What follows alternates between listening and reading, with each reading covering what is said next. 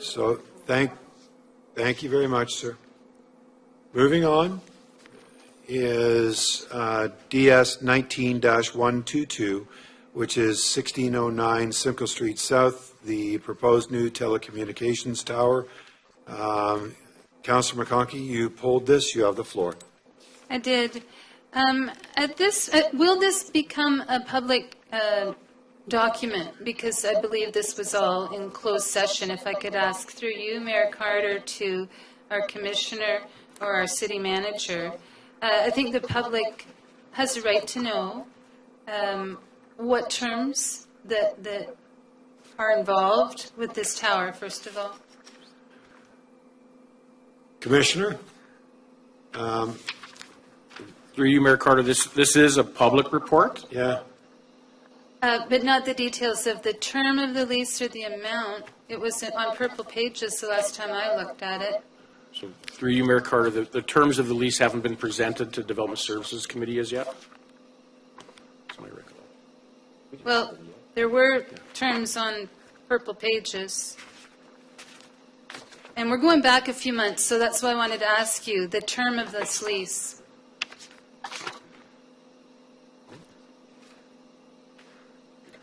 Commissioner, are you able to through help? you, Mayor Carter, the terms of any potential lease with Signum Wireless have not been debated by Development Services Committee or Council as yet?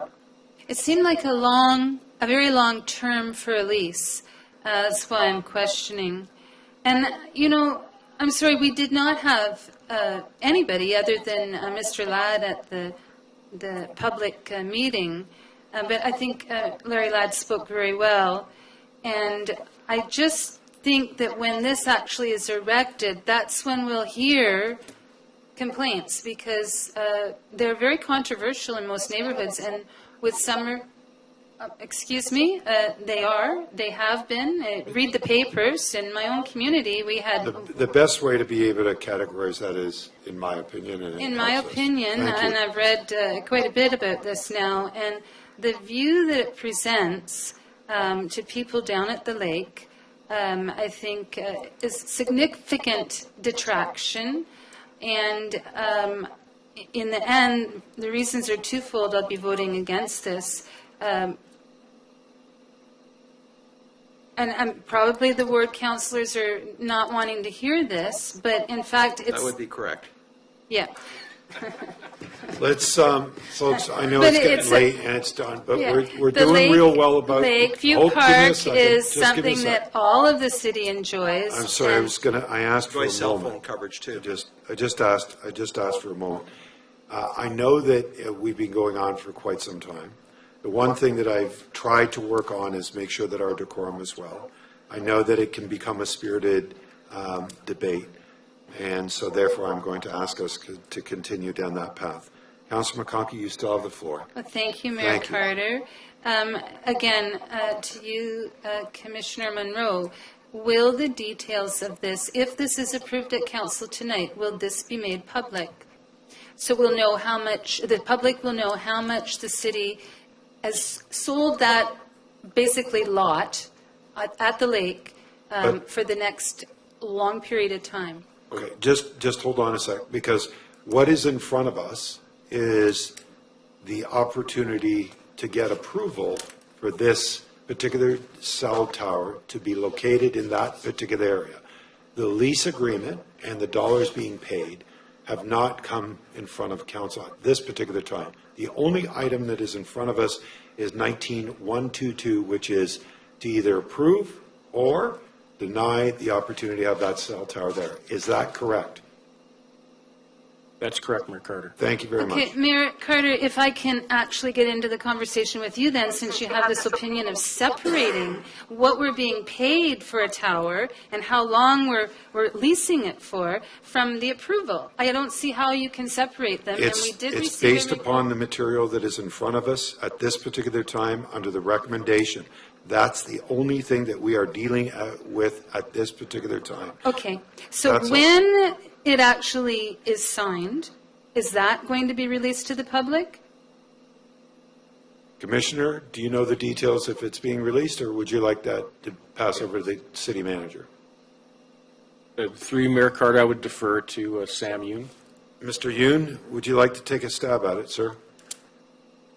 Through the mayor, believe any sort of provisions would be subject to an NTHIPA review. Thank you. And the reason for that?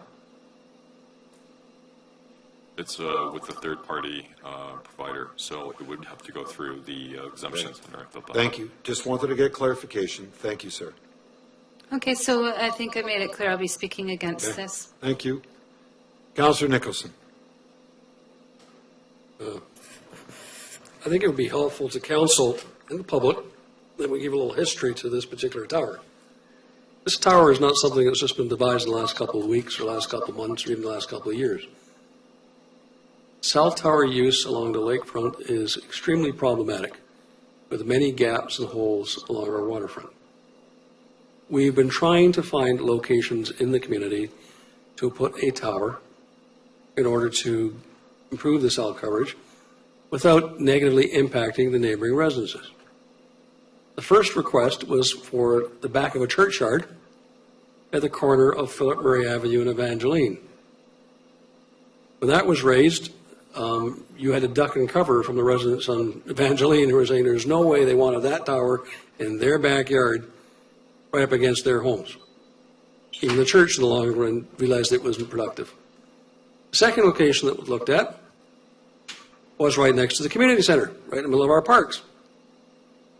Need to say that wasn't received very well with the community either, because they didn't believe that was the appropriate location next to a high school and a community center, and all the children playing in the parks, to have a major cell tower.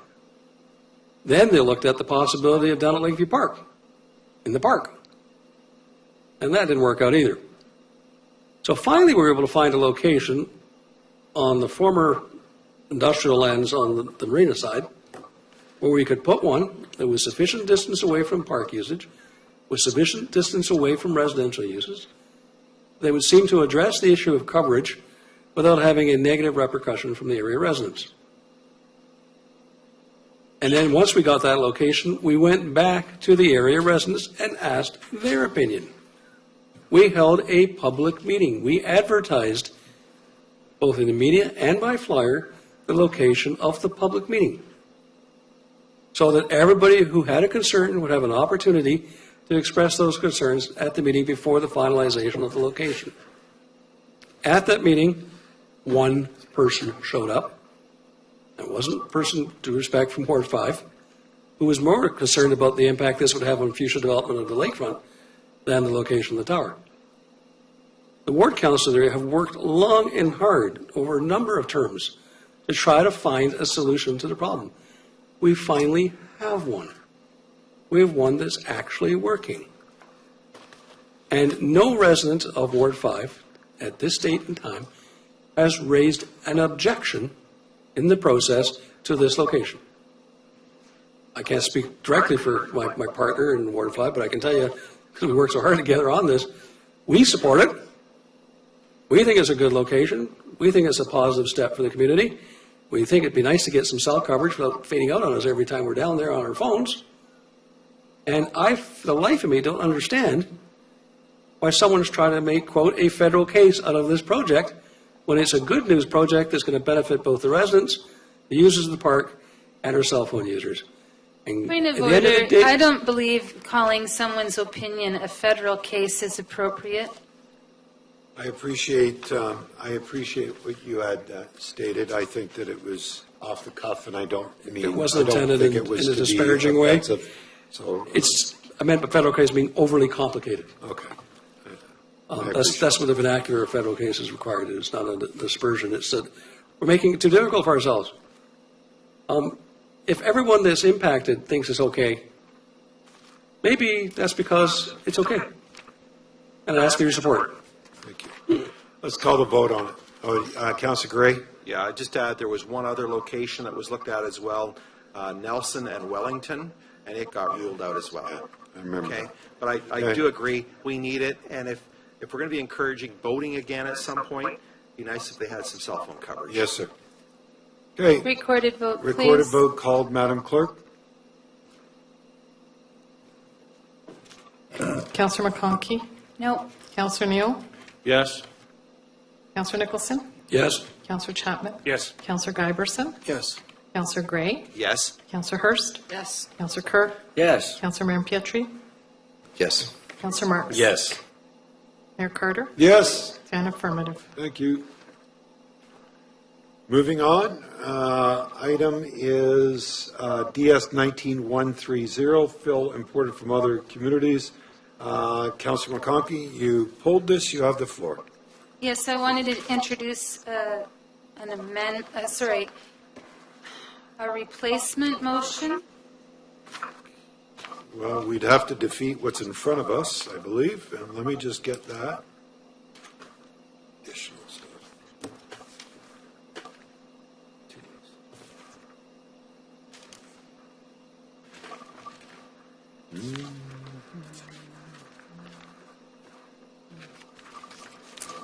That's that. This is. Is that how to do it? So, Councillor, to introduce a different motion, you need this DS 19130 would have to be defeated. So the recommendation has already been moved. So therefore, if you want to speak against it and then try and see if you can convince your colleagues to defeat it, then we'll take the opportunity to accept a new motion from you, but it needs to be defeated for another motion to come forward. Thank you. We spoke at length about this morning at the Special Development Services Committee, and I made reference to the town of Whitby's site alteration bylaw, and I've picked up some wording from it because it's very relevant to the situation that we find where these fill sites are located. The truck traffic needs to have routes approved and the trucking schedule approved, and it's right there in the town of Whitby's bylaw. And so I'll be asking for a replacement motion that says the site alteration bylaw be amended to include the following words: designated approved truck routes and trucking schedules will be identified on a site alteration permit that must strictly be Okay. adhered to minimize impacts to the public, You're talking city to infrastructure. an amendment that you want to bring forward. We can't do that yet. You have to speak to the item in front of us, convince your colleagues to defeat this, and if they do, then you can bring that forward. Thank So you. Well, I think I can't- provided the explanation Okay. there, and this is what we need to cover. This Okay. is this is completely missing from the site alteration bylaw, which has not been changed since 2006, and we've seen the amount of growth, and this sort of thing is happening in the north to the dismay and utter frustration of residents, where we need to have this completely addressed in a clear and concise way, that the trucking routes and the trucking schedules be identified and strictly adhered to, and that Okay. should be in our site alteration bylaw. Thank you. Councillor Neal. Yeah, and I totally agree that this should not just be received for information. Made a notice of motion, and it went Development Services, fine and dandy. But the report came back today with no bylaw from Clarington, where Development Services was not able to see the actual bylaw from Clarington. Clarington has a good bylaw in place which does not allow fill from other municipalities. They're the far eastern edge of Durham region. Everything from the west now is going to use Oshawa because they don't want to go to Clarington anyway, so they couldn't care less. But they're going to be dumping it in Oshawa. And just like the farmer that owned land for 100-some years, lived with dust for the last few years, he's gone now. He's moved away. Because he says, why would I grow apples when the guy across the street's getting $60 or $80, $100 for a load of fill? He says, I got to be crazy. Like, why would he grow apples? They're full of dust anyways. So all of a sudden, these people have to put up with tons of trucks, tons of dump trucks, ruining our city roads, not following any of our bylaws. The sign's up there, no heavy trucks. Guess what? One's coming down the middle of the road over the hill, heading directly at you, which does not make sense for the city of Oshawa to not investigate the Clarington bylaw A to Z to make sure that we are looking after the residents of Oshawa. Like the municipality of Clarington's looking after their people because there was a farm on Liberty Street north of Taunton Road that I went to in Clarington, and this gentleman and his wife, retired school teacher, and his wife was a retired music teacher, were being inundated constantly, hour after hour, trucks coming into their backyard, which they bought a piece of property in the country. Clarington councillors decided enough is enough. We're going to do something for these residents, and lo and behold, this bylaw was created in Clarington. I want the same in North Oshawa.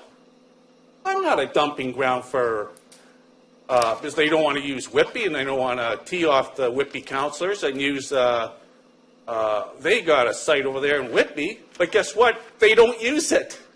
They go to Oshawa. We don't want you here. You can say we got a site, but we don't want you using it. You go to Oshawa, and that's what's going on. And this notice of motion went through because the residents want it. They've been to Cloca. They've been to the mayor here. Mayor Henry sat with them. They've been development services. And I read the report today, and it was as if they never even existed. They never even came here. But they did, because I was with them when they came to development services a few years ago. I was with them and sat with them when they went to Cloca. So to receive this for information is not doing justice to the residents of Ward 1, because that's where all these dumping sites are going to be, let's face it. Thank you. Recorded vote. Councillor Gay? Gray, Ray? I'll give you a motion to refer back to committee, Second. and because I can't speak to it, Yeah. because it's a referral back, I'll just say I support the initiative. All right, so a referral motion is on the floor, moved by Councillor Gray, second by Councillor Neal. Recorded vote, please. Recorded vote, Madam Clerk? Councillor McConkey? Yes. Councillor Neal? Yes. Councillor Nicholson? No. Councillor Chapman? No. Councillor Giberson? Yes. Councillor Gray? Yes? Councillor Hurst? Yes. Councillor Kerr? No. Councillor Mayor Pietri? No.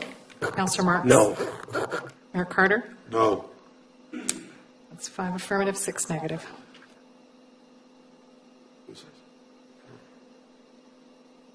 Loses. Yeah, the referral loses. Yeah.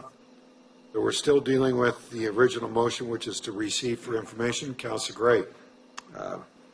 Well, the Ward 1 councillors have spoke about the issues. I've had to deal with these issues as well. They're not pretty. They're very emotional. And that's why the referral back to committee would have worked a whole lot better. So I suspect we're going to be hearing from people in the fall. And I think we could have dealt with the issues a little more effectively had we referred it back. Thank you, sir. Councillor Chapman. As you know, Your Worship, you were at the meeting today, and it was actually, we read the report, we had lots of questions about this. And the report, if you read through the report, it talks about making sure that any fill that comes to Oshawa is not contaminated and what we do about it and those types of things. And they have to get a site alteration plan, which we have a bylaw which covers 7 or 8 points that they have to do. The issue that came up today was about the truck routes. Guess what? We have a traffic bylaw that talks about what routes trucks can go on. Whether they stay on those routes or not is an enforcement issue, right?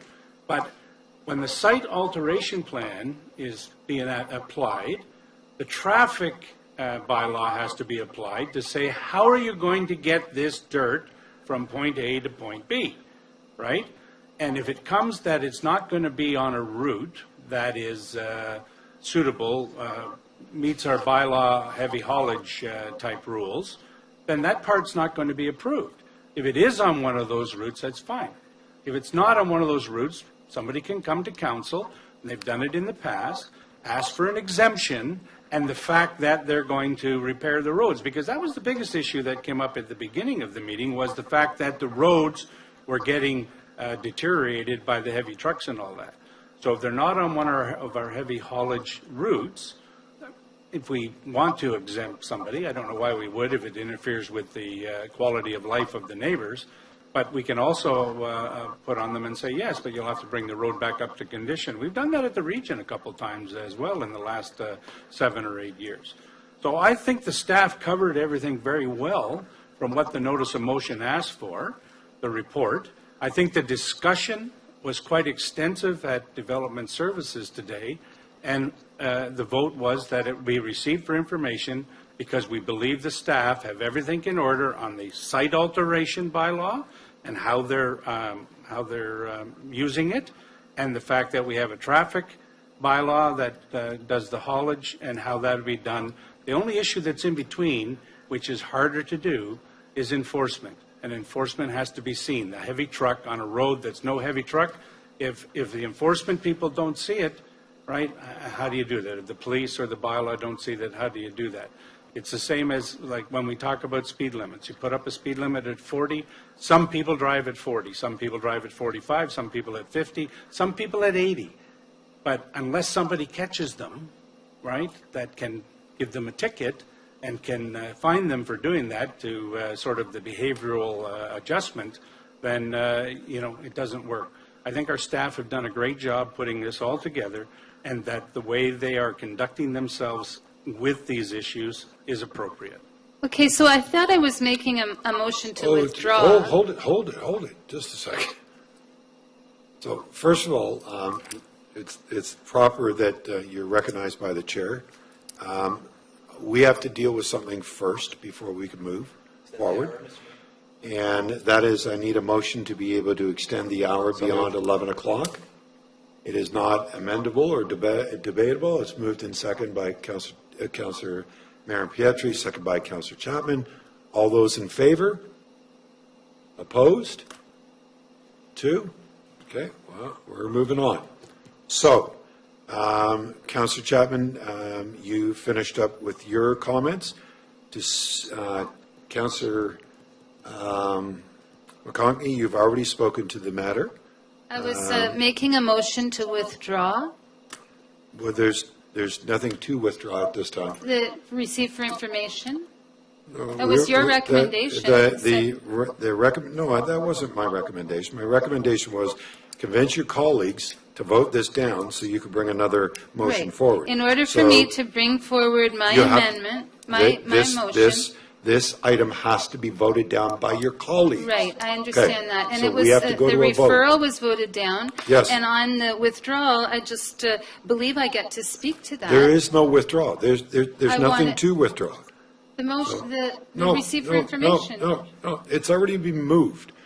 So we either voted up or down. That's it. If it loses, you have an opportunity to bring a motion forward. If it's supported, we move on. Okay, well, Councillor Chapman, if I could refer back to what he No, said. you've already spoken Right, to the item. he went on and on about I thank what- you very much, but you've already Yeah. spoken to the item. All right, folks, let's move on. Councillor Nicholson, have you heard? No, he hasn't. Thank you. I want to back up Councillor Chapman's comments. It is not just the city that's got it under control. Cloca has very stringent fill regulations about not only if you can fill, but how you can fill. And if you don't follow those regulations, you lose your right to fill. The region has regulations on their roads. We have regulations on our roads. Even the province's environment industry has regulations on the types of contaminated fills and et cetera that can be dealt with. I believe the system properly enforced will work. And the key there is properly enforced. That's the challenge that we have. If the motion had been a referral back to look at the issue of proper enforcement and develop a strategy to move forward, I'd have supported it. But what I heard was that the referral, the effect of the referral, not that I believe the mover of the referral moved this, would have been the approach to do what Clarington has done. And in my view, that's a situation where the cure is worse than the disease. The reason we're getting pressure in Oshawa is because Clarington shut down. So if we shut down when Whitby shuts down, all of a sudden, everybody's going to say, where does the fill go? I don't believe a prohibition is defensible in the long run. Nobody's taken it to court. But I would be quite surprised if we had the authority to prohibit this, if somebody had ever wanted to challenge it. That's just my personal view. I've seen it challenged in other areas, other jurisdictions, and they haven't won. But my concern is, I want a solution that works. I don't want a knee-jerk solution. I don't want to simply say we're going to ban everything because we've had a couple of sites that didn't work. Let's fix the sites that don't work, allow the development to occur when it does occur, and the onus on us is to do enforcement. One suggestion that's been made, and I asked staff to think about it, is that the haulers that are traveling our roads in Oshawa to Oshawa fill sites, perhaps they should be licensed by the city, and the condition of that license is they have to comply with our fill regulations and our noise regulations and our traffic regulations. Otherwise, they can't haul. Because I'll tell you, if you can't haul, you can't fill. So maybe it's time we put the onus back where it belongs, is on those who are abusing our properties, not simply a blanket condemnation of everybody who does fill. Let's call the vote on item DS 19130. The recommendation Recorded is vote. to receive for information. A recorded vote has been called, Madam Clerk, by Councillor McConkey. When you are ready, please. Thank you. Councillor McConkey? No. Councillor Neal? No. Councillor Nicholson? Yes? Councillor Chapman? Yes. Councillor Giberson? Yes. Councillor Gray? No? Councillor Hurst? Yes. Councillor Kerr? Yes. Councillor Marin Pietri? Yes. Councillor Marks? Yes. Mayor Carter? Yes. 8 affirmative. Okay. Moving on, we've got DS 19133, fire safety during construction period of wood buildings. Councillor Nicholson, you have the floor, sir. Thank you. Just a couple of questions before I speak, just I want to clarify a couple of points.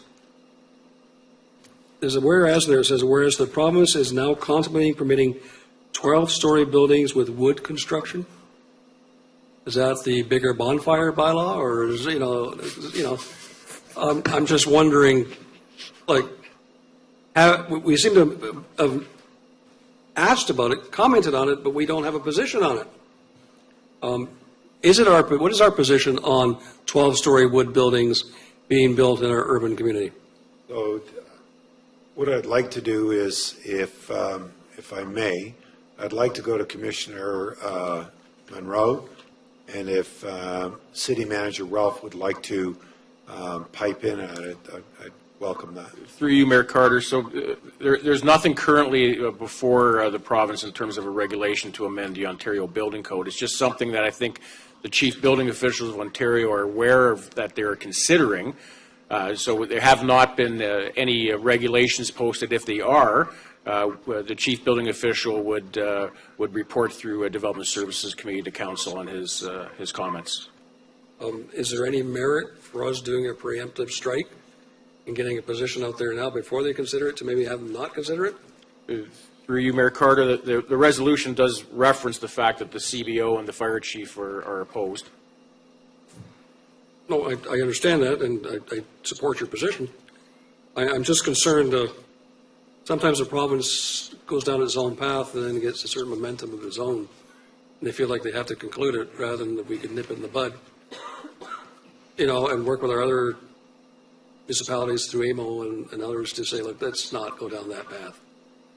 The second part is, I love the idea, and I want to be very clear that I strongly support the idea of requirement of 24-hour security during the construction period. But again, that's in the whereas, not in the resolve. Is there a way that we can make that a condition of construction permits within the city of Oshawa that during the construction phase, there must be 24-hour security on site? Commissioner? Through you, Mayor Carter, I would have to speak to the CBO. I'm not aware of any mechanism by which we could require that. Well, I raise that. I would ask you respectfully if you could talk to him about that, to talk about whether we can resolve that, because I can tell you, if we had 24-hour security at 143 Bloor West, I don't believe we would have had the giant bonfire and the resultant displacement of hundreds of residents damage to vehicles, buildings, etc., and the almost total destruction of a property under construction. We were so fortunate that night that it was a light wind. And those of us who are from the southern portion of the city know that that's a rarity, than when there's a light wind down there. Usually there's a very moderate to heavy wind. The homes to the north and to the west, the homes to the south and east are very, very close to this site. And if that had been on a different location with a different wind level, this tragedy might have been horrendous. I can tell you from the residents in the area who've contacted me, they're terrified of a similar situation occurring. A lot of the homes and the apartments, especially on the south side of Bloor Street, are seniors, and a large of them are people who are disabled. And they sat in buses during the event. Some are still not back in their homes yet. But it's a very frightening situation to be caught with a building of that nature going up next to you. Thank God the professionals of our staff and the quick reaction of all the fire forces across southern Durham stopped that. But it makes no sense, with all due respect, to have 12-story buildings having the potential to go up in flames when we just saw what a 6-story one looks like. And I think that if Mr. Ford's government truly wants to see the impact of this consideration, send them the fire videos that were taken on Bloor Street during that fire and ask them, do you want something double the size? So I'm totally supporting it. I want to thank staff for bringing it forward. It's timely. It's important. But we need to be very, very aggressive at Lamaco, at AMO, at everywhere, Oboe and others, to really press. We don't want this happening to any other municipality, what happened to us. And we need to be the leader on this one. Thank you very much. Call the vote. All those in favor? Opposed? That's carried. Councillor Chapman, you got DS 19134. This is in regards to... This was just for, strictly for a recorded vote, so you can sit out. Right. Your Thank you. And Madam Clerk, when you're ready, Councillor Chapman, call for a recorded vote. Councillor Chapman? Yes. Councillor Giberson? Yes. Councillor Gray? Yes. Councillor Hurst? Yes. Councillor Kerr? Yes. Councillor Miriam Pietri? Councillor Marks? Yes. Councillor McConkey? Yes. Councillor Neal? Yes. Councillor Nicholson? Yes. Mayor Carter has a conflict. That's 10 affirmative.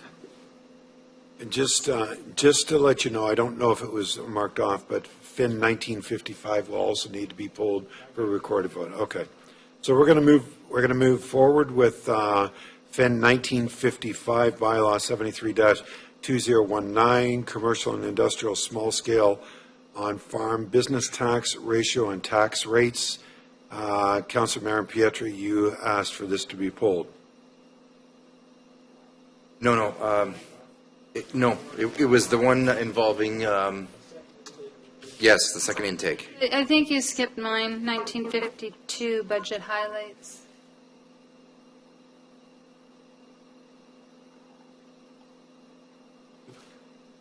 Maybe you marked 55 as 52 as 55. You did? Okay.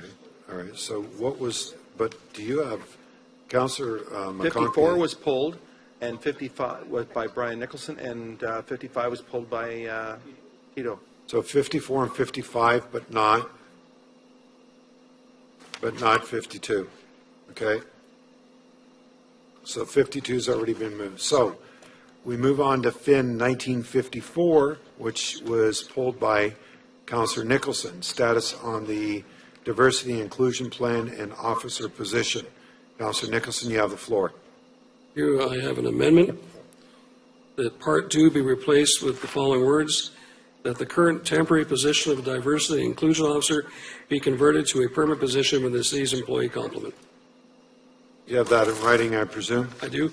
Okay, just a moment. We'll have somebody pick that up. Do you want to speak to it while we're picking it up? I believe I have a seconder across there who's seconding it. Seconder? Seconder on the motion? You'll second it? Just to speak to it. Or isn't that not contrary? Because the motion that was passed was that a temporary position extended, as opposed to changing it to a full-time position. That's contrary to what the motion is. And you are correct. You are correct. So it would be contrary to the motion, Councillor Nicholson. All right, then I will speak to the current Okay. iteration. Okay? I would ask members of council to defeat the current Part 2 recommendation. I would ask the chair to divide Part 2 from the other parts so that we can vote on it separately. Would you like 1, 2, and 3 then voted separately then, sir? My only concern is with 2. Just with 2? Yeah, rest are fine. Wait just a sec. 2 and 3 have to go together. So I'm being told that 2 and 3 have to go together. All right, I'll be So- happy so to do that- 2 and 3 separate from 1. Okay. So division on 2 and 3? Yep. Yeah. Yeah.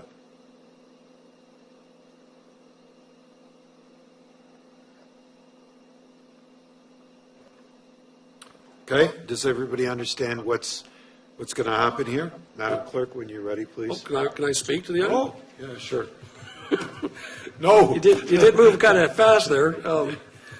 I just think it's, we've heard at the committee that the position is expected to be well necessary to meet the demands of the corporation for a number of years. The recommendation is to extend a temporary contract to 4 years.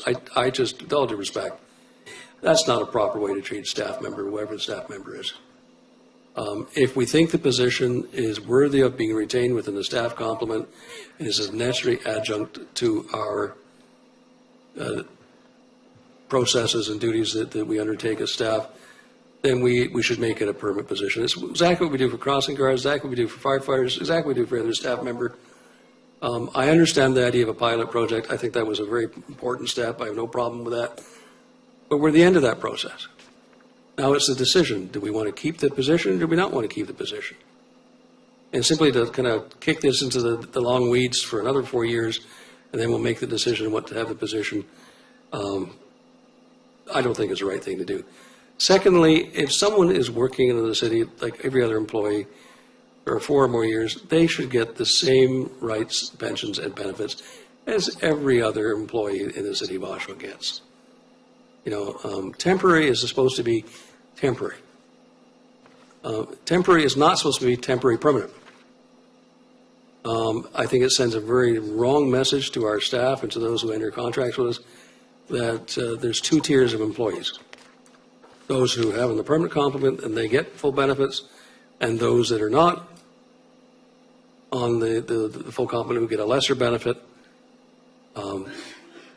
If you're a pilot project, that's understandable, but for long term, I don't think it's in the best interest of this corporation to have 2 tiers of employees. We've seen what happened in other jurisdictions where that's occurred, including the private sector. I think it's just a matter of personal respect for the employees involved. Either keep them, treat them fair, or don't keep them. And I would simply ask for a recorded vote on this. Hope it's defeated. If it's defeated, I will move a subsequent motion. Okay, thank you. Councillor Gray? Thank you very much. Well, I won't be voting to permanentize this, and I would draw your attention to the original report that happened in 2017. And it said, hire a time-limited coordinator to do diversity and inclusion work. Loading this onto current workloads is unfair to the process and inappropriate for workflow. So the council, when they initiated this last term, knew it was going to be temporary. And so why would we permanentize a position and now you got it into perpetuity? It doesn't make sense to me. Get the work done that you need to get work done, and then thank them very much. But this was hired under the auspices of a temporary position. Thank you. Councillor McConkey, I believe you had your hand up. Yeah, I did. You have the Thank floor. you. You're welcome. And I agree with Councillor Gray. It was started as a temporary position. It's described as a temporary position, but in fact, it's a contract, and the contract expires August 30th. So I have no problem with, number 3 stopping at 34,000. We know that's 1/3 of the year, so we're talking about a salary of around 100,000. And we have not done the budget. We have not heard how many new employees we need, and we know that there has been, I think, a number of years where we've gone without hiring. So at this point, we do have some positions to add to, especially if I think we know that we've got coming up engineering vacancies. And at this point, yeah, I think that, and I'm not, having any difficulty, and I don't mean to disparage in any way the staff person, but the actual position, I say, it can be renewed again in another few years on a contract basis, but I do not see at this moment in time, with the financial situation the city is in, to be spending, basically we're talking about close to $500,000 that we're committing to 2023. And, other councillors can shake their head. That's my opinion. I've said it clearly, and no offense taken. But truly, at a certain point in time, I think, Councillor Nicholson, if you want to talk to other people while I'm talking, maybe you want to say it out loud.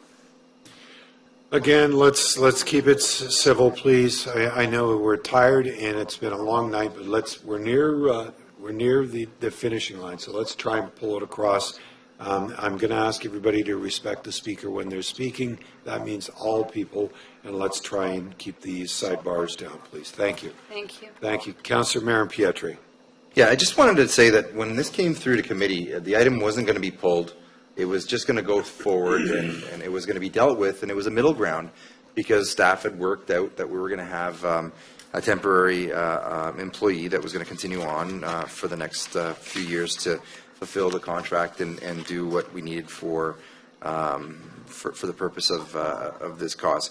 And I think then it got pulled, and then it became an issue. So we have to be very careful not to pull things, make things an issue, and then hope that you can put the genie back in the bottle.